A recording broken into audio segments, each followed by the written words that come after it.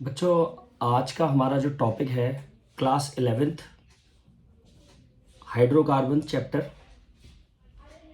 का टॉपिक 2 ले रहे हैं बच्चों आज हम, that is alkenes. One shot video है बच्चों ये।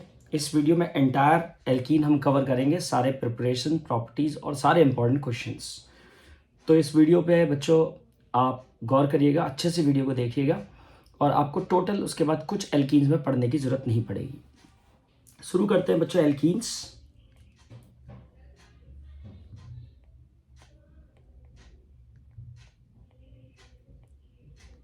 ये हमारा टॉपिक 2 है हाइड्रोकार्बन चैप्टर का, एल्कीन्स। बच्चों एल्कीन्स की शुरुआत हमारी जो होती है वो आती है ज्योमेट्रिकल आइसोमेरिज्म से। तो जो पहला टॉपिक हम ले रहे हैं that is geometrical isomerism in alkenes. ये हमारा बच्चों टॉपिक 1 है, ज्योमेट्रिकल आइसोमेरिज्म इन एल्कीन्स। अब बच्चों ज्योमेट्रिकल आइसोमेरिज्म की बात करूं मैं आपसे, तो इसके लिए बच्चों आपको एक एल्कीन लेना होगा इस तरह से। ये H है बच्चों, ये H है, दोनों H आपको सेम साइड में दिख रहे हैं, ये दोनों Cl आपको सेम साइड में दिख रहे हैं। तो this isomer is called cis isomer. जबकि अगर मैं ऐसा आइसोमर ले लेता हूं कि एक H इस तरफ है और एक H अपोजिट साइड में है, ऐसे एक Cl इधर एक Cl इधर है अपोजिट साइड में, दिस इज ट्रांस। तो इसको हम सिस ट्रांस आइसोमेरिज्म कहते हैं।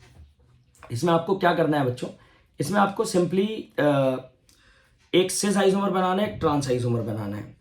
अगर same group on the same side होंगे तो सिस हो जाएगा, same group on opposite side होंगे ट्रांस हो जाएगा बच्चों। इसके लिए मैं आपको कंडीशंस बताना चाह रहा हूं, जो कंडीशंस होती हैं फॉर ज्योमेट्रिकल आइसोमेरिज्म। तो कंडीशंस की अगर मैं बात करूं आपसे, तो पहली कंडीशन होती है बच्चों डबल बॉन्ड का होना, प्रेजेंस ऑफ डबल बॉन्ड। और दूसरी कंडीशन होती है the two groups on each double bonded carbon must be different. यानी कि आपके जो डबल बॉन्डेड कार्बन है, जैसे कि मैं ये कार्बन है आपका, ये वाला कार्बन, इस कार्बन पे दोनों ग्रुप बच्चों डिफरेंट होने चाहिए, जो कि आप देख पा रहे हो। ऐसे ही इस कार्बन को देखो आप, इस वाले कार्बन को, इस पे भी दोनों ग्रुप आप डिफरेंट देख पा रहे हो। Each double bonded carbon must possess 2 different groups. ठीक है बच्चों, ऐसे ही आप सिस वाले को भी चेक कर लो, उसमें भी आपको डिफरेंट ग्रुप्स नजर आएंगे। ये तो हो गई आपकी कंडीशन। अब मैं आपको कुछ प्रॉपर्टीज बताता हूँ बच्चों सिस ट्रांस के बारे में। सिस ट्रांस की कुछ प्रॉपर्टीज बताता हूँ, ये प्रॉपर्टीज भी आप ध्यान दोगे। अगर मैं आपको कुछ प्रॉपर्टीज की तरफ लेके चलता हूँ, तो प्रॉपर्टीज की अगर मैं बात करूं आपसे, तो पहली बात, जो सिस आइसोमर होता है, सिस आइसोमर इज मोर पोलर। इसका हाइयर होता है dipole moment, higher dipole moment. Sis isomer is more polar. Boiling point of cis isomer is higher than trans। तो ये आपको ध्यान रखना है, सिस ज्यादा पोलर होता है बच्चों और इसीलिए सिस का बॉइलिंग पॉइंट ज्यादा होता है। अभी मैं आपको क्लियर करता हूं ये बात। जैसे ये सिस है बच्चों, और ये सामने आपका ट्रांस है। सिस में क्या है कि एक Cl इधर है, एक Cl इधर है, एक H इधर है, एक H इधर है। ट्रांस में क्या है, एक Cl यहाँ, एक Cl सामने है, H भी सामने है। अब जैसे बच्चों ये Cl सामने से खींच रहा है, इसका डाइपोल मोमेंट का डायरेक्शन ये हो जाएगा और इसका डाइपोल मोमेंट का डायरेक्शन ये हो जाएगा, तो डाइपोल मोमेंट दोनों का कैंसिल हो जाएगा। जबकि यहाँ पे बच्चों दोनों Cl एक एंगल में खींच रहे हैं, दैट मीन्स इनका जो डाइपोल मोमेंट होगा वो जीरो नहीं होगा। तो इसलिए सिस ज्यादा पोलर होता है और सिस का बॉइलिंग पॉइंट ज्यादा होता है। ट्रांस के बारे में भी एक चीज जान लो आप, ट्रांस जो होता है, trans isomer is more stable. Trans ज़्यादा स्टेबल होता है, कारण यही है कि उसका डायपोल मोमेंट कम है, पोलैरिटी कम है, तो रिएक्टिविटी कम होती है, स्टेबिलिटी ज़्यादा होती है। और मेल्टिंग पॉइंट जो होता है, melting point of trans isomer is higher than cis. ऐसा क्यों होता है, इसको भी मैं आपको क्लियर कर दूं बच्चों। ट्रांस में क्या होता है कि आप देख सकते हो सेम ग्रुप अपोजिट साइड में होते हैं। ये वाला जो ग्रुप है क्लोरीन और ये वाला जो ग्रुप है अपोजिट साइड में है। इससे आपके मॉलिक्यूल को मिल जाती है सिमेट्री बच्चों, आपका मॉलिक्यूल सिमेट्रिकल हो जाता है और सिमेट्रिकल मॉलिक्यूल जो होता है अपने क्रिस्टल लैटिस में अच्छी तरीके से फिट हो जाता है। इस कारण से उसका इंटरमॉलिक्यूलर फोर्स स्ट्रांग होता है बच्चों और मेल्टिंग पॉइंट बढ़ जाता है। अब बच्चों इसके बाद हम टॉपिक अपना चेंज करते हैं और चलते हैं अगले टॉपिक की तरफ, that is methods of preparation. अब नेक्स्ट टॉपिक हम ले रहे हैं methods of preparation of alkenes. तो चलते हैं बच्चों एल्कीन्स के प्रिपरेशन समझ लेते हैं, देख लेते हैं इसको, methods of preparation of alkenes. तो अब मैं आपको एल्कीन्स के मेथड ऑफ प्रिपरेशन की तरफ लेके चलता हूं। और एल्कीन्स का जो मेथड ऑफ प्रिपरेशन है बच्चों, उसमें पहला मेथड मैं आप लोगों के सामने लाना चाह रहा हूं, by controlled hydrogenation of alkynes. बच्चों controlled hydrogenation of alkynes triple star category है, ये ट्रिपल स्टार कैटेगरी इंपॉर्टेंट है। इवन बच्चों ये जो आइसोमेरिज्म है सिस ट्रांस ज्योमेट्रिकल वाला, 100% बच्चों इससे क्वेश्चन आएगा ही आएगा आपके एग्जाम में, ठीक है। अभी मैं आपको क्वेश्चन भी बताऊंगा कि कैसा क्वेश्चन इससे बनता है। By controlled hydrogenation of alkynes देख लेते हैं बच्चों, कंट्रोल हाइड्रोजिनेशन ऑफ एल्काइंस। तो हमारे पास कंट्रोल हाइड्रोजिनेशन की अगर बात करें तो जैसे बच्चों ये मेरे पास है CH ट्रिपल बॉन्ड CH। अब मैं क्या करना चाह रहा हूं बच्चों, CH ट्रिपल बॉन्ड CH में क्या करना चाह रहा हूं मैं CH ट्रिपल बॉन्ड CH में इसका हाइड्रोजिनेशन करना चाह रहा हूं। तो उसके लिए मैं इसकी रिएक्शन हाइड्रोजन से करूंगा। कैटलिस्ट होगा पैलेडाइज्ड चारकोल, पैलेडियम प्लस चारकोल और पॉइजन्ड बाय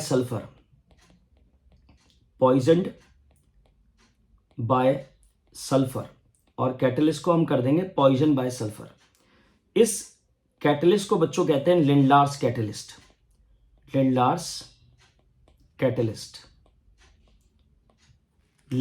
कैटलिस्ट बोला जाता है बच्चों इस कैटलिस्ट को। इसमें हाइड्रोजन से रिएक्शन कर रहे हैं कंट्रोल्ड मैनर में। आपने पैलेडाइज्ड चारकोल लिया है, चारकोल के साथ पैलेडियम को मिक्स कर दिया, इवन उसे पॉइजन भी कर दिया है। इसमें सिर्फ एक ही पाई बॉन्ड टूटेगा, एक H एक कार्बन को मिल जाएगा, एक H दूसरे कार्बन को मिल जाएगा, तो आपको इथीन मिलेगा बच्चों। इथाइन से इथीन, अगर कंट्रोल नहीं करोगे तो आपको इथेन मिल जाएगा बच्चों, ये ध्यान रखना है आपने। यहां पे एक और रिड्यूसिंग एजेंट है sodium in presence of liquid ammonia. इसको हम लोग बिर्च रिडक्शन कहते हैं, birch reduction. This is called birch reduction, BIRCH, birch reduction. ये दो तरीके हैं बच्चों। इन दो तरीकों के साथ एक इंपॉर्टेंट चीज और जुड़ी है, वो भी मैं आपको एक्सप्लेन करता हूं। जैसे मान लेते हैं बच्चों, मैंने एग्जांपल ले लिया CH3 C triple bond C CH3, this is but two yne, और इसका मैं इसी प्रकार का रिडक्शन करना चाह रहा हूं, ठीक है बच्चों। एक बार मैं इसका हाइड्रोजन के साथ रिएक्शन करूंगा इन प्रेजेंस ऑफ लिंडलार्स कैटलिस्ट, और एक बार मैं इसका बिर्च रिडक्शन करूंगा NaNH3 लिक्विड।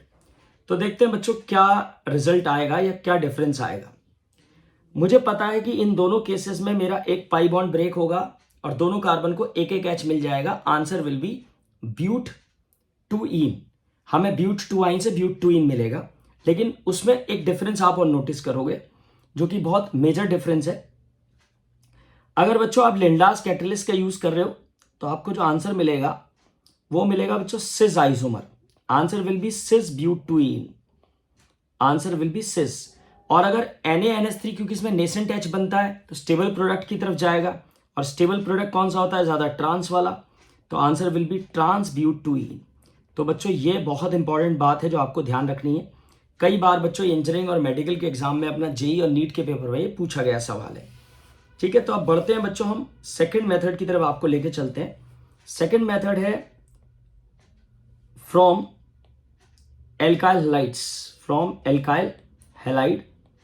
टेक्निक का नाम है बच्चों बाय डिहाइड्रोजिनेशन, बाय डिहाइड्रोजिनेशन नहीं कहते बच्चों उसके, एक सेकेंड मैं रेस करूं।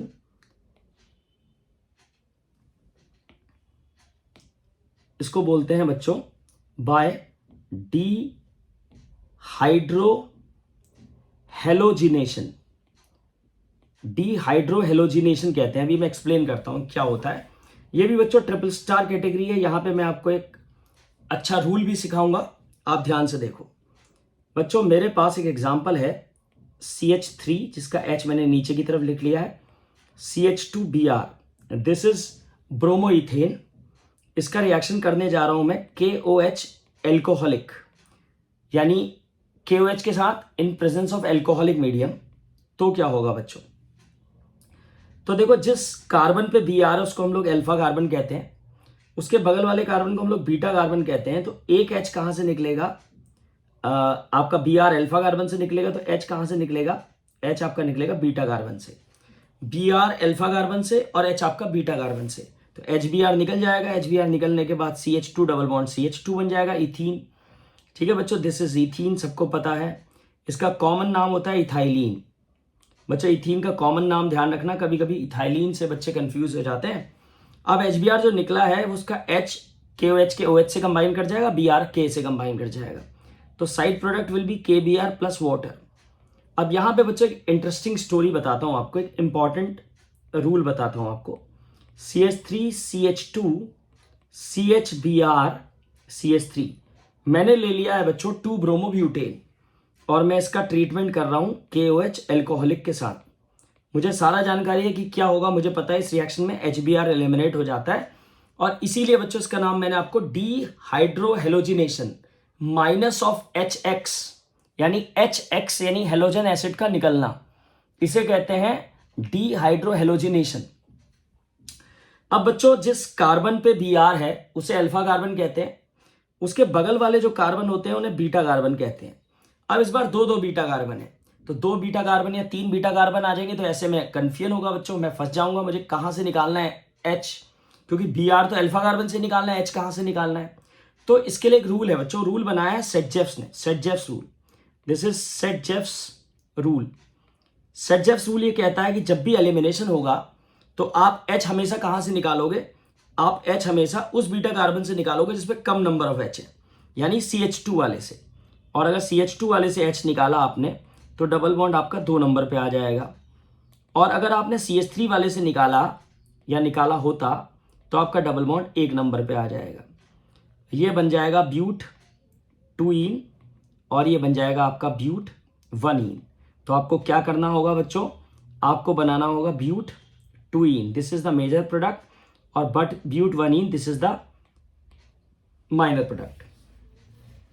ठीक है बच्चों, तो फिर से मैं रिपीट कर देता हूं। According to Saytzeff's rule, during elimination reaction hydrogen will be eliminated from that beta carbon which possess less number of hydrogen atoms. ऐसा इसलिए किया जाता है, ये भी आप जान लो, क्योंकि ऐसा करने से जो आपको एल्कीन मिलती है वो ज़्यादा स्टेबल होती है बच्चों। ये जो एल्कीन होगी जो कि ब्यूट 2इन है विल बी मोर स्टेबल। आप इसका हिसाब हाइपर कंजुगेशन से लगा सकते हो। आप यहाँ पे अल्फा H को काउंट करोगे तो आपके 6 अल्फा H आ रहे हैं, यहाँ अल्फा H को काउंट करोगे तो आपके केवल 2 अल्फा H आ रहे हैं। तो आप समझ सकते हो कि सेटजेफ्स का रूल क्यों बनाया गया है। तो ये हमारा बच्चों मेथड नंबर 2 हो जाता है। अब मैं आपको मेथड नंबर 3 पे लेके चलता हूँ। मेथड नंबर बच्चों 3 मेरे पास आता है from vicinal, next is from vicinal dihalide, dihalide. तो अगला मेथड मेरे पास है फ्रॉम विसिनल डाइहैलाइड, जो कि कोई खास इंपॉर्टेंट नहीं है। विसिनल डाइहैलाइड आपको मैं बस बताना चाह रहा हूं विसिनल डाइहैलाइड से कैसे बनता है। देखो बच्चों, CH2Br and CH2Br, this is known as vicinal dihalide. ऐसा डाइहैलाइड जिसमें दोनों हेलोजन एडजेसेंट कार्बन पे हैं, इसको हम विसिनल डाइहैलाइड बोलते हैं। This is common naming. हमने इसका रिएक्शन कराना होगा जिंक डस्ट के साथ, जिंक डस्ट, जिंक का पाउडर, और उसके साथ मुझे हीट करना होगा। तो बच्चों यहाँ से 2 Br और सामने से एक Zn, इस प्रकार मेरा ZnBr2 निकल जाएगा और CH2 double bond CH2 ethene बन जाएगा प्लस ZnBr2 मेरा साइड प्रोडक्ट होगा। इसके बाद बच्चों मैं आपको मेथड नंबर 4 पे ले जाना चाह रहा हूं, विच इज अगेन इंपॉर्टेंट। वो है फ्रॉम एल्कोहल्स। टेक्निक का नाम है बाय डिहाइड्रेशन। टेक्निक का नाम है बच्चों bye dehydration. From alcohols technique का नाम है डिहाइड्रेशन। तो फ्रॉम एल्कोहल्स बाय डिहाइड्रेशन, तो समझने की कोशिश करते हैं बच्चों एल्कोहल का डिहाइड्रेशन। आपने लेना होगा इथेनॉल, CH3 का H नीचे लिख लिया, फिर ये CH2OH है, ये आपका इथेनॉल है। इसको मैं ट्रीट कर रहा हूं किसके साथ? कंसंट्रेटेड H2SO4 के साथ। Temperature will be 443 kelvin. बच्चों OH निकलेगा अल्फा कार्बन से, H निकलेगा बगल वाले बीटा कार्बन से, यहां से H निकालोगे, यहां से OH निकालोगे, आपका वाटर निकल जाएगा, आंसर आ जाएगा CH2 डबल बॉन्ड CH2। और यहां पे भी बच्चों अगर कभी आपको ऐसी संभावना दिखती है कि आपको 2 या 3, आपको बगल में 2 या 3 बीटा कार्बन नजर आ रहे हैं, तब आप सेडजर रूल बच्चों यहां भी अप्लाई होगा। सेडजर रूल हर एलिमिनेशन रिएक्शन में अप्लाई होता है। जब भी आप H निकालोगे तो उस बीटा कार्बन से H निकालोगे जिसपे कम नंबर ऑफ H है।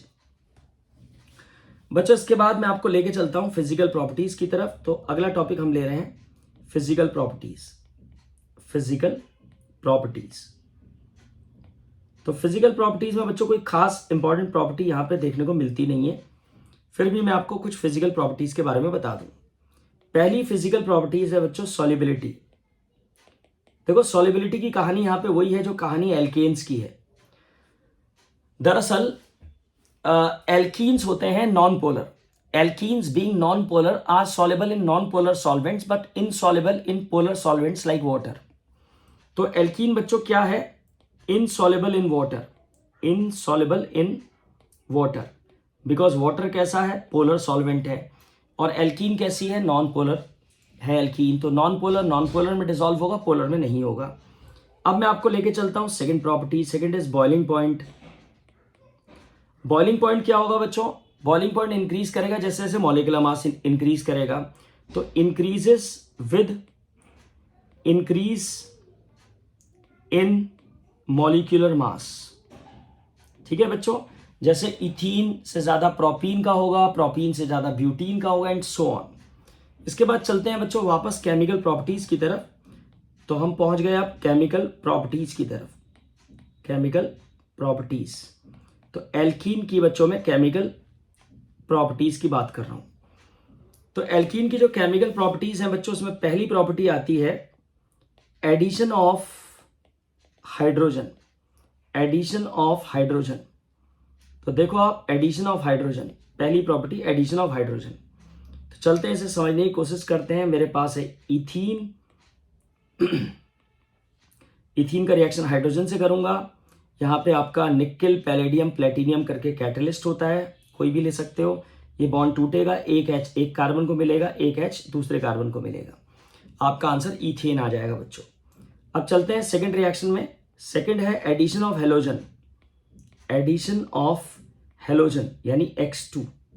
ठीक है, addition of X2। Addition of X2 को चलो हम थोड़ा इंपॉर्टेंट मार्क कर लेते हैं, कारण बताऊंगा अभी मैं आपको। जैसे मेरे पास इथीन है और इथीन की रिएक्शन मान लेते हैं बच्चों मैं ब्रोमीन से करता हूं। यहां पे ब्रोमीन को CCl4 में मिक्स करके लाया जाता है। आपका बॉन्ड टूटेगा, एक कार्बन को एक Br मिल जाएगा और एक कार्बन को दूसरा Br मिल जाएगा। ठीक है बच्चों, ये दरअसल जो Br2 है वो रेडिश ब्राउन होता है, रेडिश ब्राउन कलर का होता है Br2। और ये बच्चों टेस्ट है, रिएक्शन किसका टेस्ट है? ये दरअसल टेस्ट होता है एल्कीन का एंड एल्काइन का। एल्कीन और एल्काइन दोनों इसको दिखाते हैं बच्चे इस टेस्ट को। दरअसल एल्कीन या एल्काइन जो है वो ब्रोमीन को डीकलराइज कर देते हैं। एल्कीन हो या एल्काइन हो, ब्रोमीन को डीकलराइज कर देते हैं बच्चों।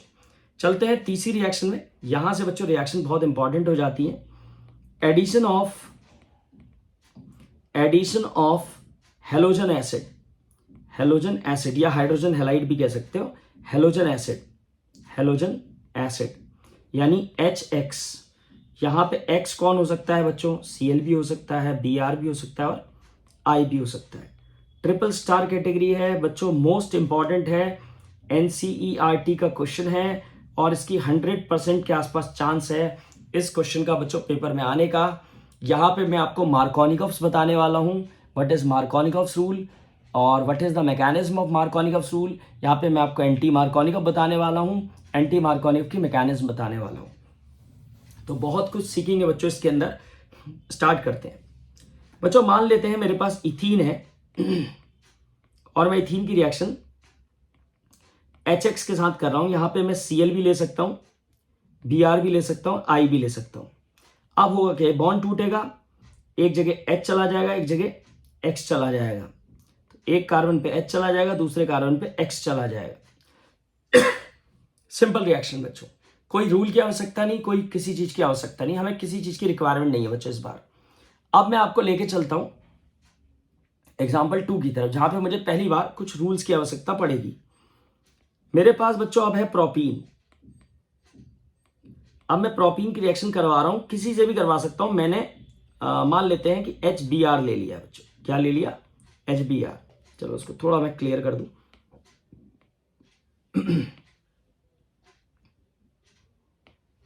ठीक है, देखो बच्चों, अब बात करते हैं HBr। ये मेरा HBr है। अब होगा क्या बच्चों, जब मैं प्रोपीन का रिएक्शन HBr से करवाऊंगा, मुझे पता है बॉन्ड तोड़ूंगा मैं। अब सवाल यह है कि H कहां जाएगा। तो मार्कोनिकॉफ्स ने बोला है H जाएगा CH2 पे, Br जाएगा CH पे। क्योंकि बच्चों अगर मैं उल्टा करता हूं, अगर मैं H को CH पे ले जाता हूं तो मेरा दूसरा आंसर आ जाएगा, और अगर मैं H को CH2 पे ले जाता हूं तो मेरा डिफरेंट आंसर आ रहा है। तो मार्कोनिकॉफ्स, जिसको हम लोग M रूल कहते हैं, मार्कोनिकॉफ्स रूल ये कहता है कि जब भी किसी अनसिमेट्रिकल एल्कीन की रिएक्शन अनसिमेट्रिकल रिएजेंट से होती है, अनसिमेट्रिकल रिएजेंट का मतलब बच्चों HBr नहीं है, it can be HCl, HBr, HI, even it can be water, H2SO4, कुछ भी हो सकता है बच्चों, HOCl हो सकता है। अलग अलग M रूल अभी हम सीख लेंगे, इसके बाद से हम M रूल को अप्लाई करेंगे, जगह जगह पे अप्लाई करेंगे। तो बच्चों अगर मैं प्रोपीन का रिएक्शन HBr से कराता हूं तो according to M rule, positive part of the reagent जो कि H होता है will go, a positive part of the reagent goes to that carbon atom which possesses greater number of hydrogen atoms। तो बच्चों H कहां जाएगा? CH2 पे। तो मेरा आंसर आ जाएगा CH पे मेरा Br आ जाएगा, H कहां चला जाएगा? CH2 पे चला जाएगा, CH3 बन जाएगा। दिस इज 2-ब्रोमोप्रोपेन। ये है M रूल बच्चों, मार्कोनिकॉफ्स। तो यहां पे मैं आपको इसकी मैकेनिज्म बताऊंगा मार्कोनिकॉफ्स रूल की। ये बच्चों आपका NCERT क्वेश्चन है, जिसमें आपसे पूछा गया है कि explain the mechanism of Markovnikov's and anti Markovnikov's rule. तो मैं आपको इसकी मैकेनिज्म एक्सप्लेन करने जा रहा हूं। ये बच्चों वेरी वेरी इंपॉर्टेंट क्वेश्चन है। ठीक है, तो चलते हैं इसकी मैकेनिज्म को समझने की कोशिश करेंगे। सबसे पहले स्टेप में बच्चों, फॉर्मेशन ऑफ इलेक्ट्रोफाइल। सबसे पहले स्टेप में बच्चों इलेक्ट्रोफाइल बनेगा। क्या बनेगा? इलेक्ट्रोफाइल, जो कि बहुत सिंपल सी बात है। HBr है, HBr एक एसिड है, आसानी से टूटेगा H पॉजिटिव और Br नेगेटिव। तो बच्चों इलेक्ट्रोफाइल कौन हुआ हमारा? H positive is electrophile. अब इलेक्ट्रोफाइल का नाम क्यों ले रहा हूं मैं, क्यों जिक्र कर रहा हूं इलेक्ट्रोफाइल का, तो मैं आपको अगले स्टेप में समझाता हूं। तो सेकंड स्टेप मेरा आता है electrophilic attack. Electrophilic attack on alkene to form carbocation. देखो बच्चों, मेरे पास एक एल्कीन है, अब आप ध्यान से समझना इसको। मेरे पास एक एल्कीन है जो कि प्रोपीन है। अब इस पे अटैक करने इलेक्ट्रोफाइल आया। तो मैं आपको पहले तो समझा दूं कि मैं थोड़ी देर पहले इलेक्ट्रोफाइल का नाम क्यों लिया मैंने। स्टेप 1 में मैंने क्यों इलेक्ट्रोफाइल को एम्फसाइज किया। बच्चों न्यूक्लियोफाइल भी बनाया, नो डाउट, Br नेगेटिव भी है, लेकिन मैं एम्फसाइज क्यों कर रहा हूं इलेक्ट्रोफाइल को? क्योंकि because alkene is considered as a negative source.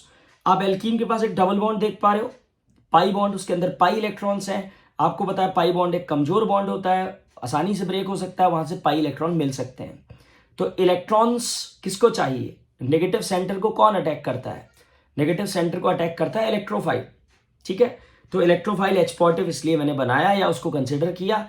उसके बाद वो अटैक करने एल्कीन पे आया। तो जैसे ही वो अटैक करने एल्कीन पे आएगा बच्चों, आपके डबल बॉन्ड के इलेक्ट्रॉन इलेक्ट्रोफाइल की तरफ शिफ्ट हो जाएंगे। इसको हम लोग कहते हैं positive E effect, positive electromagnetic effect कहते हैं इसको। बच्चों अगर ऐसा होता है तो क्या होगा, पाई इलेक्ट्रॉन्स अगर H की तरफ जाते हैं तो H के पास दो ऑप्शन है, H या तो CH2 पे जुड़ेगा क्योंकि पाई बॉन्ड CH2 के हैं या CH के हैं, तो अगर पाई इलेक्ट्रॉन H पे जाते हैं तो H CH2 पे जुड़ सकता है, एक संभावना। H अगर CH2 पे जुड़ सकता है तो CH3 बन जाएगा क्योंकि इलेक्ट्रॉन भी उसको मिल गया, बॉन्ड बना लिया। अब बीच वाले कार्बन पे बच्चों पॉजिटिव चार्ज डेवलप हो जाएगा इस प्रकार, और ये बन जाएगा आपका 2 डिग्री कार्बोकेटायन, ये बन जाएगा 2 डिग्री कार्बोकेटायन। अब दूसरी संभावना बच्चों, दूसरी संभावना यह है कि H पॉजिटिव CH पे जुड़ जाए, और H पॉजिटिव अगर CH पे जुड़ेगा तो वो CH2 बन जाएगा बीच वाला कार्बन, और लास्ट वाला CH2 कार्बन पे पॉजिटिव चार्ज जनरेट हो जाएगा। अब ये जो है this is called 1 degree carbocation, क्या कहते हैं इसको, 1 डिग्री कार्बोकेटायन कहते हैं। अब मुझे लगता है कि आप लोगों को ये पता होना चाहिए कि 2 degree carbocation is much more stable than 1 degree carbocation due to hyperconjugation और इंडक्टिव इफेक्ट। दोनों तरीकों से आप इसको एनालाइज कर सकते हो, और ये आपको पता होना चाहिए बच्चों आज की डेट में कि 2 डिग्री 1 डिग्री से ज़्यादा स्टेबल होता है, इवन 3 डिग्री 2 डिग्री से भी ज़्यादा स्टेबल होता है। तो फिलहाल अभी चॉइस 1 डिग्री और 2 डिग्री के बीच में है, तो ये मोस्ट स्टेबल है या मोर स्टेबल है, and this is less stable, and this is less stable. तो बच्चों आप लोग समझदार हो कि ऐसे में क्या होगा, ऐसे में क्या होगा, आप लोग समझदार हो, ठीक है बच्चों। मुझे लगता है आपको जानकारी है कि ऐसे में क्या होगा। ऐसे में बच्चों this will be the major product and this will be the minor product. जो लेस स्टेबल है वो माइनर, जो मोर स्टेबल है वो मेजर। अब जो मेजर प्रोडक्ट है उसको हम स्टेप नंबर 3 में ले लेंगे बच्चों। स्टेप नंबर 3 क्या होगा, स्टेप नंबर 3 होगा न्यूक्लियोफिलिक अटैक ऑन कार्बोकेटायन। अब न्यूक्लियोफिलिक अटैक होगा कार्बोकेटायन पे टू फॉर्म प्रोडक्ट। तो हमारा जो कार्बोकेटायन बना है, जो स्टेबल कार्बोकेटायन है उसको ले लोगे आप, वो ये वाला कार्बोकेटायन है बच्चों स्टेबल वाला, ये वाला, इसको ले लिया आपने। अब न्यूक्लियोफाइल कौन है जो इस पर अटैक करने आएगा, वो Br नेगेटिव है, तो Br नेगेटिव इस पर अटैक करने आएगा और अपने इलेक्ट्रॉन कैटायन को दे देगा। इस प्रकार आपका जो आंसर आएगा वो आप देख सकते हो, ये मैच कर गया है आपके रूल से, एम रूल से। तो अब आपको समझ में आया होगा मार्कोनिकॉफ रूल क्यों बना है बच्चों, क्योंकि जब H आपका उस कार्बन पे जाता है जिस पे ज्यादा H होते हैं, तो कार्बोकेटायन जो बनता है बच्चों ड्यूरिंग द रिएक्शन मैकेनिज्म वो ज्यादा स्टेबल बनता है। तो यह है मार्कोनिफ की कहानी, जो कि बहुत इंपॉर्टेंट है बच्चों इस साल के पेपर के लिए आपके। अब हम चलते हैं, यहां पे बच्चों एक रूल और है जिसको समझना जरूरी हो जाता है, that is called anti Markovnikov's rule. Markovnikov's rule ये भी बच्चों बहुत इंपॉर्टेंट है, एंटी मार्कोनिकॉफ्स रूल। अब बात अगर एंटी मार्कोनिकॉफ्स की आ रही है बच्चों, तो इसको हम लोग पर ऑक्साइड इफेक्ट भी बोलते हैं और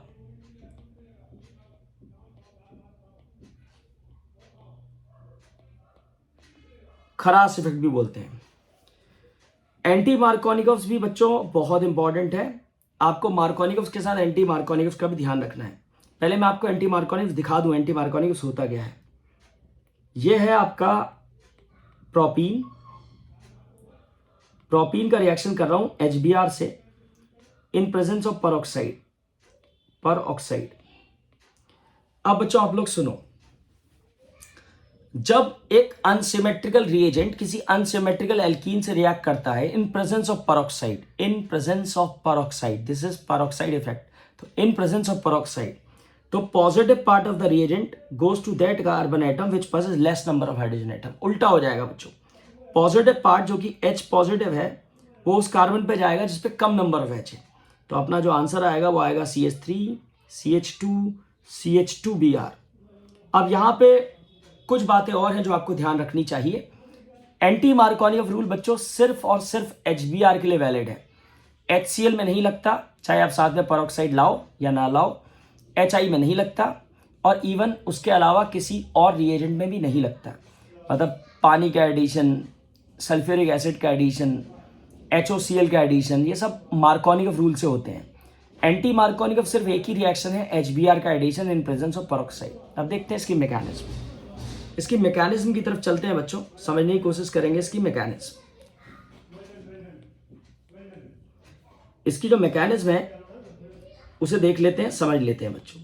देखो सबसे पहले स्टेप में बच्चों अपना जो पेरोक्साइड है वो है C6H5 C double bond O, C single bond O, single bond O, single bond C, double bond O, फिर C6H5। This is called benzoyl peroxide. इसका जो O सिंगल बॉन्ड O दिख रहा है ना आपको, ये टूटता है बच्चों होमोलिटिक बॉन्ड फिजन से, होमोलिटिक बॉन्ड फिजन से। तो इस बॉन्ड के 2 इलेक्ट्रॉन दोनों ऑक्सीजन डिस्ट्रीब्यूट कर लेते हैं, तो हमें मिलता है 2 times of C6H5 C double bond O, single bond O dot. इस तरीके से मुझे फ्री रेडिकल्स मिलते हैं 2। अब ये फर्दर टूटता है, 2 कार्बन डाइऑक्साइड यहां से अलग हो जाते हैं और हमें मिलते हैं 2 फिनाइल फ्री रेडिकल और 2 आपके कार्बन डाइऑक्साइड अलग हो जाते हैं।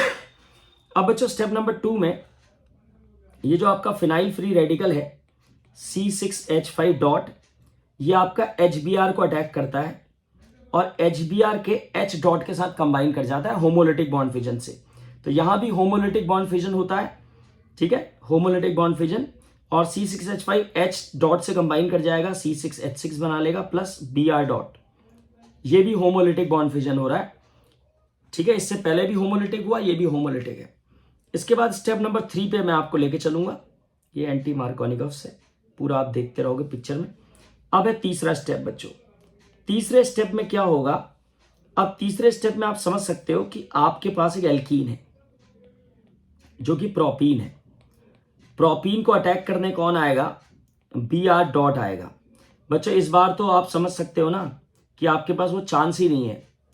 पिछली बार तो इलेक्ट्रोफाइल बना था, तो इलेक्ट्रोफाइल ने अटैक किया था। इस बार आपको पता है कि Br डॉट बन रहा है, तो Br डॉट अब अटैक करेगा, ठीक है। तो Br डॉट जब अटैक करने जाएगा तो एक बार फिर होमोलिसिस होगा यहाँ पे, होमोलिटिक बॉन्ड फिजन। तो ये बॉन्ड टूटेगा double bond homolytic bond fission से। अब Br डॉट के पास 2 चांसेस हैं, Br डॉट CH2 पे जोड़ेगा या CH पे जोड़ेगा। तो मान लेते हैं पहले Br डॉट CH2 पे जोड़ रहा है। अगर Br डॉट CH2 पे जोड़ रहा है बच्चों, तो CH2 के साथ Br डॉट ने बॉन्ड बना लिया, तो CH2 डॉट और Br डॉट इन दोनों ने बॉन्ड बना लिया और एक डॉट आपका बीच वाले कार्बन पे आ जाएगा। This is 2 degree carbon free radical. और बच्चों अगर Br डॉट CH पे जाके जुड़ जाए तो यहां पे Br आ जाएगा आपका और CH2 पे एक डॉट आ जाएगा। This is 1 degree carbon free radical. अब ये 2 फ्री रेडिकल बन गए हैं। बाकी आप लोग सब समझदार हो, सबको सारी जानकारी है कि कौन सा कार्बन फ्री रेडिकल ज्यादा स्टेबल होता है। बच्चों 2 degree carbon free radical is much more stable than 1 degree carbon free radical due to hyperconjugation. तो बच्चों 2 डिग्री वाला ज्यादा स्टेबल है, दिस इज मोर स्टेबल। ये आपका मोर स्टेबल है, more stable, and this is less stable. और जो मोर स्टेबल है ये आपका मेजर प्रोडक्ट होगा and this will be the minor product. अब जो मेजर प्रोडक्ट है बच्चों उसको हम अगले स्टेप के लिए ले जाएंगे, तो ले लेते हैं बच्चों जो मेजर प्रोडक्ट है उसको अगले स्टेप के लिए ले लेते हैं। स्टेप नंबर 4 के लिए मैं उसको ले लेता हूं मेजर प्रोडक्ट को। तो मेजर प्रोडक्ट मेरा है CH3 CH डॉट CH2Br, ये मेरा मेजर प्रोडक्ट है। इस पर इसका अटैक होगा बच्चों HBr के साथ। अब फर्दर रिएक्शन होगी HBr के साथ। एक बार फिर होमोलिटिक बॉन्ड फ्यूजन होगा, H डॉट के साथ कंबाइन कर जाएगा CH डॉट, तो answer will B CH3 CH2 CH2Br जो कि हमारा फाइनल आंसर है, प्लस Br डॉट। तो ये है बच्चों आपकी एंटी मार्कोनिकॉफ की मैकेनिज्म। ठीक है बच्चों, बिल्कुल डिफरेंट तरीके से एंटी मार्कोनिकॉफ रिएक्ट करता है या मैकेनिज्म चलता है और सब कुछ पेरोक्साइड की वजह से होता है। इसका नाम पेरोक्साइड इफेक्ट है बच्चों। अब हम इस वक्त अगर हम देखें काफी देर से हम एक मैकेनिज्म में है मार्कोनिकॉफ एंटी मार्कोनिकॉफ, और थर्ड रिएक्शन इसकी बहुत इंपॉर्टेंट हो जाती है। तो अब मैं आपको इसके आगे लेके चलता हूं, रिएक्शन नंबर 4 की तरफ हम चलते हैं। तो अब 4 की तरफ चल रहे हैं, रिएक्शन नंबर 4। तो मेरा रिएक्शन नंबर 4 आता है बच्चों addition of water, addition of water. तो रिएक्शन नंबर 4 है एडिशन ऑफ वाटर। तो फोर्थ रिएक्शन में चलते हैं बच्चों, एडिशन ऑफ वाटर। समझ लेते हैं कि एडिशन ऑफ वाटर किस प्रकार से होगा। तो बच्चों मैंने एक एल्कीन ले ली है, CH double bond CH3 CH double bond CH2। मैंने प्रोपीन ले लिया है और पानी का एडिशन कर रहा हूँ, और पानी एसिडिफाइड है, इसमें हमने एसिड मिला रखा है, डाइल्यूट एसिड हुआ ये एक प्रकार से, एसिडिफाइड वाटर। और क्योंकि मैंने प्रोपीन लिए तो एक बार फिर M रूल एक्टिव हो जाएगा। कौन सा रूल एक्टिव हो जाएगा बच्चों? M rule. अब आपका H कहाँ जाएगा बच्चों? उस कार्बन पे जिस पे ज्यादा नंबर ऑफ H है, ठीक है। तो आपका OH कहाँ चला जाएगा? CH पे, और H कहाँ चला जाएगा? CH2 पे। तो ये आपका मार्कोनिकोव एडिशन हुआ बच्चों। मार्कोनिकोव कहीं भी लगेगा, एंटी मार्कोनिकोव सिर्फ HBr और पेरोक्साइड के साथ ही लगेगा, ठीक है बच्चों। अब चलते हैं रिएक्शन नंबर 5 की तरफ। रिएक्शन नंबर 5 है oxidation with KMnO4। Oxidation with KMnO4। वैसे तो बच्चों ऑक्सीडेशन विद KMnO4 इंपॉर्टेंट होता है, लेकिन एनसीईआरटी का जितना मुझे याद है बच्चों, एनसीईआरटी के किसी क्वेश्चन में KMnO4 का यूज नहीं देखा गया है। लेकिन फिर भी आपको KMnO4 के बारे में पता होना चाहिए। KMnO4 बच्चों 2 लेवल पे काम करता है। पहला है कोल्ड कॉमा डाइल्यूट और aqueous KMnO4। Aqueous KMnO4, cold dilute और एक्वस KMnO4, जिसको हम लोग बोलते हैं बेयर्स रिएजेंट।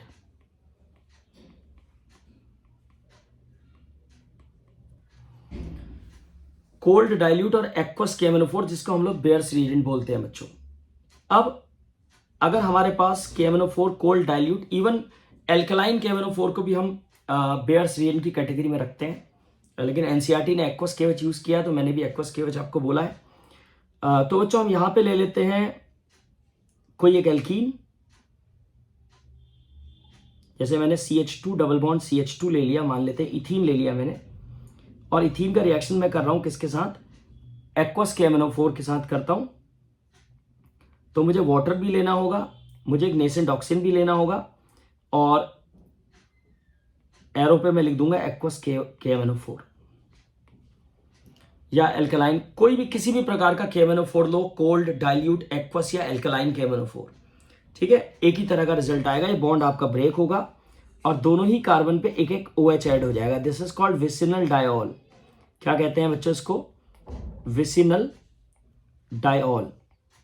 ये बच्चों टेस्ट भी होता है, क्योंकि KMnO4 का जो पर्पल कलर होता है ना, पर्पल कलर, KMnO4 के पास पर्पल कलर होता है। एल्कीन क्या करती है? KMnO4 को डीकलराइज कर देती है, बेयर्स रिएजेंट को डीकलराइज कर देती है। तो ये जो टेस्ट होता है, ये भी टेस्ट एल्कीन और एल्काइन के लिए बेसिकली होता है, और KMnO4 को डीकलराइज कर देती है एल्कीन। अब मैं आपको KMnO4 का दूसरा कंडीशन बताता हूं, जिसको हम लोग ड्रास्टिक कंडीशन कहते हैं। बी पार्ट है एसिडिक KMnO4 और K2Cr27। ये दोनों बच्चों स्ट्रॉन्ग ऑक्सीडाइजिंग एजेंट्स होते हैं, ठीक है। ये स्ट्रॉन्ग ऑक्सीडेशन हो रहा है। आपका जो डाइल्यूट वाला केस है बच्चों, डाइल्यूट वाला केस वो तो माइल्ड ऑक्सीडेशन है, कोल्ड डाइल्यूट और एक्वस वाला। एसिडिफाइड वाला ड्रास्टिक कंडीशन है। तो एसिडिफाइड वाले में आपको मैं एक रूल बता रहा हूँ, ये रूल आप याद रखोगे, फिर मैं एग्जांपल इंप्लीमेंट कर रहा हूँ। एसिडिफाइड वाले केस में क्या होगा कि जो आपकी एल्कीन होगी वो 2 पार्ट में टूट जाएगी, एल्कीन 2 पार्ट में स्प्लिट हो जाएगी, और जो पार्ट होगा आपको आइडेंटिफाई करना होगा, अकॉर्डिंगली आपको ऑक्सीडाइज करना होगा। अगर आपका जो पार्ट है डबल बॉन्डेड कार्बन जो है वो CH2 है, तो CH2 will be oxidize to CO2 plus water. अगर आपका जो पार्ट है वो CHR है, जिसको हम RCH भी कह सकते हैं, तो it will be oxidize to RCOOH। और अगर आपका जो पार्ट है वो CRR- है, तो it will be oxidize to RCOR-। ये कीटोन बन जाएगा बच्चों। अब इसको इंप्लीमेंट करने का समय आ गया, तो एक एग्जांपल ले लेते हैं। मान लेते हैं बच्चों, मेरे पास, मान लेते हैं फॉर एग्जांपल, मेरे पास प्रोपीन है, CH3 single bond CH double bond CH2। मैं इसको एसिडिफाइड KMnO4 की मदद से ऑक्सीडाइज करता हूं। This is KMnO4, this is acid. तो मुझे इस एल्कीन को यहां से स्प्लिट करना होगा 2 पार्ट में। अब जो मेरा लेफ्ट साइड का पार्ट है, यानी ये वाला जो पार्ट है लेफ्ट साइड वाला, ये वाला जिसको मैं डार्क कर रहा हूं, ये RCH है, तो RCH will be converted to RCOOH, according to this rule. और दूसरा मेरा पार्ट जो है वो CH2 है, CH2 will be oxidize to CO2 plus water according to this rule, ये पहला वाला रूल। तो मुझे अकॉर्डिंगली अपने एल्कीन को ब्रेक करना होगा और दोनों पार्ट को अकॉर्डिंगली ऑक्सीडाइज करना होगा, जो रूल मैंने आपको बताए हैं उसके अकॉर्डिंग। अब ये बच्चों हमारा था 5th पार्ट। मैं आपको 6th और फाइनल प्रॉपर्टी की तरफ लेके चलता हूं, जो कि फिर से 100% क्वेश्चन बच्चों इसका आएगा ही आएगा, दैट इज ओजोनोलिसिस। 100% है बच्चों, ओजोनोलिसिस का एक क्वेश्चन पेपर में आएगा ही आएगा। अभी मैं आपको इसके क्वेश्चंस का भी आइडिया दूंगा, क्वेश्चंस भी करेंगे। This is one short video, questions भी हम कवर करेंगे ताकि एल्कीन आपका सारा कवर हो जाए। ओजोनोलिसिस में क्या करेंगे बच्चों मैं कोई भी एक एग्जांपल आपके सामने रखता हूं। जैसे मैंने प्रोपीन ले लिया है, CH3 CH double bond CH2। Ozonolysis में आप सबसे पहले एल्कीन का रिएक्शन ओजोन से करोगे। तो एल्कीन का जब रिएक्शन आप ओजोन से करोगे तो बच्चों जहां पे डबल बॉन्ड है, double bonded carbon will be oxidize to ozonide. ये डबल बॉन्डेड कार्बन ऑक्सीडाइज हो जाएगा ओजोनाइड में। किसमें बच्चों? ओजोनाइड में। उसके बाद ओजोनाइड को हम हाइड्रोलाइज करेंगे इन प्रेजेंस ऑफ जिंक। जिंक की प्रेजेंस में इसको हाइड्रोलाइज करेंगे। जब इसका हाइड्रोलिसिस होगा इन प्रेजेंस ऑफ जिंक तो ओजोनाइड अपना स्प्लिट होगा बच्चों, यहां से इस तरीके से ओजोनाइड अपना स्प्लिट होगा। इस तरीके से ओजोनाइड अपना दो पार्ट में स्प्लिट हो जाएगा। जो लेफ्ट साइड वाला पार्ट है उसको देखो आप गौर से, लेफ्ट साइड वाला वो है CH3 CH और O, तो डबल बॉन्ड O, एक वैलेंसी कार्बन की खाली, एक वैलेंसी O की खाली, डबल बॉन्ड आ जाएगा। जो राइट साइड वाला पार्ट है उसको देखो, CH2 को मैं HCH करके लिख रहा हूं, एक वैलेंसी कार्बन की खाली, एक वैलेंसी बगल में O की खाली। तो एक बन गया आपका इथेनल और एक बन गया आपका मीथेनल, इथेनल और मीथेनल। तो ये है बच्चों ओजोनोलिसिस, जो कि एक्स्ट्रा ऑर्डिनरी इंपॉर्टेंट। बच्चों NCERT का आपको 4 से लेकर 5 क्वेश्चन है ओजोनोलिसिस के। अब बच्चों ये अपनी प्रॉपर्टीज खत्म हो जाती है ओजोनोलिसिस के साथ ही, और अब मैं आपको लेके चलता हूं कुछ सवालों की तरफ। ठीक है, अब मेरे पास कुछ सवाल हैं जो मैं आपके साथ रखना चाह रहा हूं। तो पहला सवाल है, ये बहुत इंटरेस्टिंग और इंपॉर्टेंट सवाल है जो मैं आपके सामने रखना चाह रहा हूं। ठीक है, पहला सवाल है बच्चों, draw cis and trans hex 2ईन।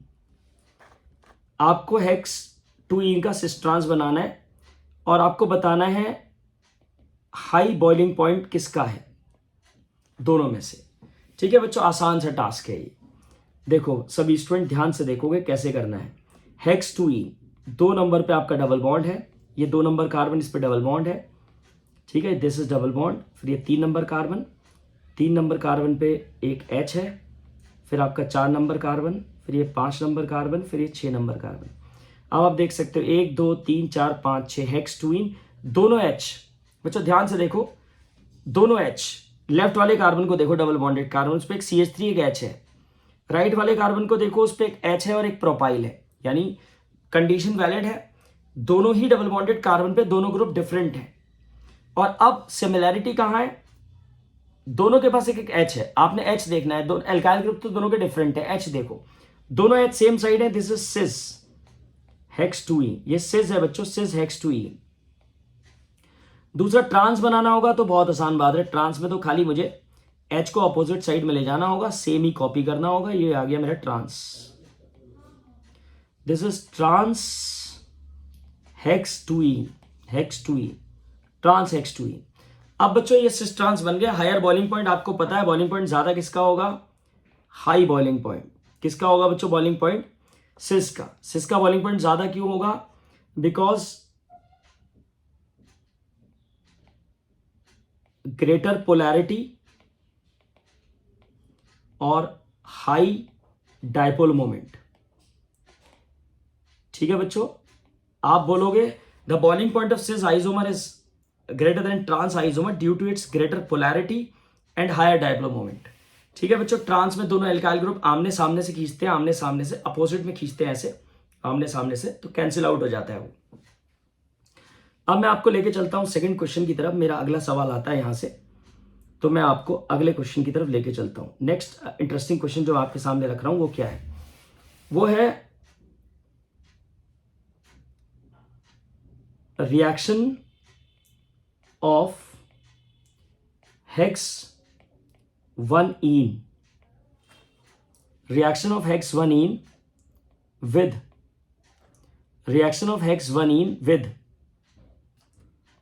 HBr, ठीक है, A part in presence of peroxide, दूसरा है in absence of peroxide, बच्चों ये भी बहुत इंटरेस्टिंग क्वेश्चन है, इंपॉर्टेंट क्वेश्चन है। चलते हैं सॉल्व करने की कोशिश करते हैं। पहला पार्ट मेरे पास है हेक्स 1 इन, CH2 डबल बॉन्ड CH, ये 2 कार्बन हो गए, फिर आपका तीसरा कार्बन, चौथा कार्बन, पांचवा कार्बन, छठा कार्बन, 1 2 3 4 5 6, हेक्स 1 इन है बच्चों ये। इसका रिएक्शन किससे करना है? HBr से। पहली बार करना है पेरोक्साइड की प्रेजेंस में। पेरोक्साइड की प्रेजेंस में क्या लगता है बच्चों? Anti मार्कोनिकस rule. H कहाँ जाएगा? H वहां जाएगा जहां कम नंबर ऑफ H है। कहाँ जाएगा? कम नंबर ऑफ H के पास, ठीक है। तो Br कहाँ जाएगा? जहां ज्यादा नंबर ऑफ H है, तो Br CH2 पे चला जाएगा। सिंगल बॉन्ड CH2, फिर CH2, फिर CH2, फिर CH2, फिर आपका CH3, 1 2 3 4 5 6, ठीक है बच्चों, दिस इज द आंसर। अब दूसरा पार्ट इन्होंने पूछा है, सेम ही क्वेश्चन है वो, CH2 डबल बॉन्ड CH, फिर CH2, CH2, CH2, CH3। इस बार मुझे HBr से रिएक्शन करना है एब्सेंस ऑफ पेरोक्साइड। इस बार कोई पेरोक्साइड नहीं है, तो H कहाँ जाएगा बच्चों? H वहां जाएगा ज्यादा नंबर ऑफ H है, M रूल लगेगा। तो CH3 CH पे चला जाएगा Br, फिर CH2, CH2, CH2, CH3। Interesting question है बच्चों, एक बार M रूल लगाना है, एक बार M रूल नहीं लगाना है, एंटी मार्कोनियस रूल लगाना है। यानी मार्कोनियस लग रहा है एब्सेंस में और पेरोक्साइड की प्रेजेंस में एंटी मार्कोनियस रूल। अब आपको मैं अगले क्वेश्चन पे लेके चलूंगा। अगला क्वेश्चन है ओजोनोलिसिस। अगला क्वेश्चन है बच्चों ओजोनोलिसिस ऑफ, ठीक है, ओजोनोलिसिस ऑफ। पहला पार्ट है पेंट 2इन और दूसरा पार्ट है 1 फिनाइल ब्यूट 1 इन। बच्चों आपको ओजोनोलिसिस करना है इन दोनों का, बहुत आसान बात है बच्चों, अच्छा क्वेश्चन है। मैंने थोड़ा सा 4 पार्ट है वैसे इसके, मैंने 2 पार्ट कम कर दिए, 2 पार्ट, 1 शॉट वीडियो ज्यादा लंबा ना हो जाए, इसलिए मैंने 2 पार्ट लिए। 2 पार्ट से आपको सारा क्लियर हो जाएगा। इंपॉर्टेंट 2 पार्ट उठाए मैंने बच्चों। देखो ए पार्ट मेरे पास है पेंट 2इन, दिस इज पेंट 2इन, 1 कार्बन, 2 कार्बन, 3 कार्बन, 4 कार्बन और 5 कार्बन। मुझे इसका ओजोन से रिएक्शन करना होगा। पेंट 2इन समझ लेते हैं, 1 2 3 4 5 कार्बन, 2 नंबर पे डबल बॉन्ड। ओजोनोलिसिस में क्या होता है बच्चों? ओजोनोलिसिस में आपको सिर्फ डबल बॉन्ड की जगह खाली छोड़नी है, एज इट इज कॉपी कर दिया। देखो मैंने लेफ्ट साइड का जो ग्रुप्स हैं वो कॉपी कर दिए, राइट साइड के ग्रुप्स कॉपी कर दिए। जहां पे डबल बॉन्ड है वहां पे एक पेंटागन जैसी यूनिट बनती है जिसको हम लोग ओजोनाइड कहते हैं। इस प्रकार से ओजोन जो है डबल बॉन्ड को हिट करता है, डबल बॉन्ड को ऑक्सीडाइज कर देता है, ओजोनाइड बना देता है।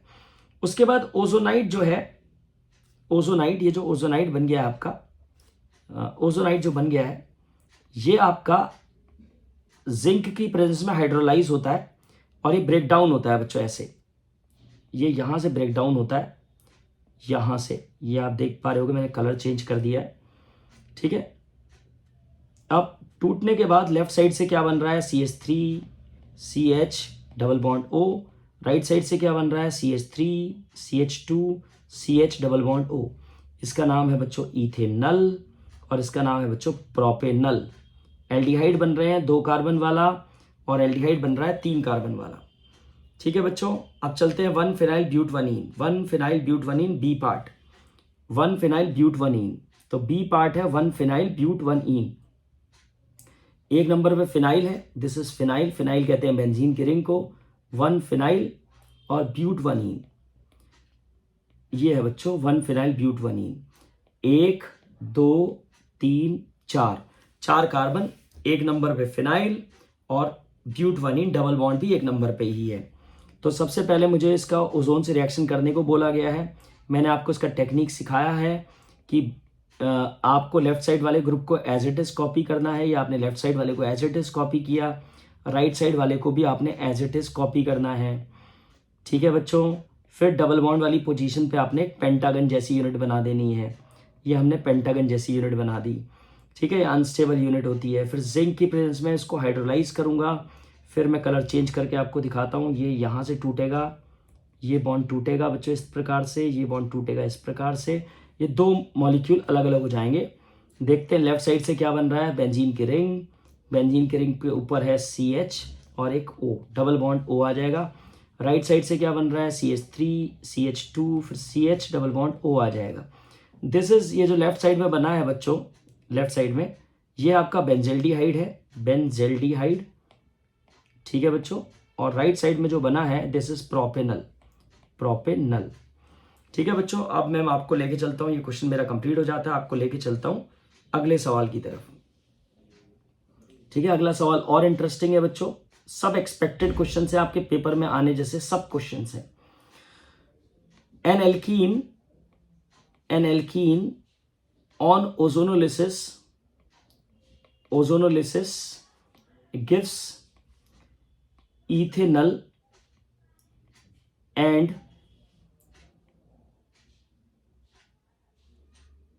pentane 3-one. An alkene on ozonolysis gives ethanol and pentane 3-one. Ethanol and pentane 3-one. Identify the alkene. ये बच्चे इसका तो सिंपल सा ट्रिक होता है, मैं आपको एक टेक्निक सिखाता हूँ उसकी, आप आसानी से 1 सेकंड में इस क्वेश्चन को कर लोगे। एक एल्कीन है बच्चों जिसका नाम है इथेनल, इथेनल है CH3, सॉरी एक एल्कीन है जिसके ओजोनोलिसिस से जो बना है वो इथेनल है। ये इथेनल बना दिया मैंने CH3CHO, ठीक है। डबल बॉन्ड O मैंने इसका राइट साइड को निकाला है, आपको दिखा रखा है डबल बॉन्ड O। दूसरा जो प्रोडक्ट है वो है पेंटेन 3-one। अब मैं पेंटेन 3-one को ऐसे लिखूंगा कि दोनों के O आमने सामने आ जाएं। पेंटेन 3-one, ये O आमने सामने ले आया, पेंटेन 3-one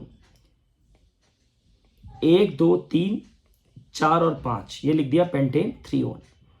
अब मुझे क्या करना होगा, मुझे सिर्फ क्या करना होगा बच्चों, यहां दोनों ऑक्सीजन हटाने होंगे और डबल बॉन्ड को चिपका देना होगा। दोनों ऑक्सीजन रिमूव करके डबल बॉन्ड पेस्ट कर देना है, मेरा आंसर आ गया। कितना आसान ट्रिक है बच्चों। आमने सामने दोनों के कार्बोनाइल ग्रुप ले आओ, O हटा के डबल बॉन्ड चिपका दो, ठीक है बच्चों। देखते हैं क्या होगा, आंसर क्या आएगा। ये आ गया CH3 CH double bond C, फिर CH2 CH3 और CH2 CH3।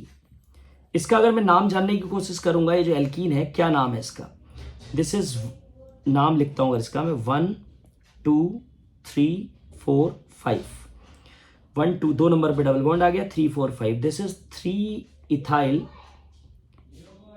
Paint 2ene। एक बच्चों और क्वेश्चन ले रहा हूं मैं, लास्ट क्वेश्चन रहेगा मेरा, ये मेरी 1 शॉट वीडियो इसी के साथ कंप्लीट हो जाएगी। अब मेरे पास 2 प्रोडक्ट हैं, एक का नाम है प्रोपेनल और एक का नाम है पेंटेन 3-one, ठीक है। ये ओजोनोलिसिस प्रोडक्ट है और ये ओजोनोलिसिस से बन रहे हैं, तो आपको बताना है एल्कीन क्या होगी आपकी, एल्कीन बतानी है। ये ओजोनोलिसिस प्रोडक्ट है, ठीक है। थोड़ा शॉर्टकट में लिखवा रहा हूँ क्वेश्चन को, सेम क्वेश्चन है इसीलिए शॉर्टकट में लिखवा रहा हूँ। इस बार प्रोपेनल और पेंटेन 3-one है, तो देखो कैसे करेंगे, ट्रिक तो मैं सिखा चुका हूँ आपको। इस बार प्रोपेनल है,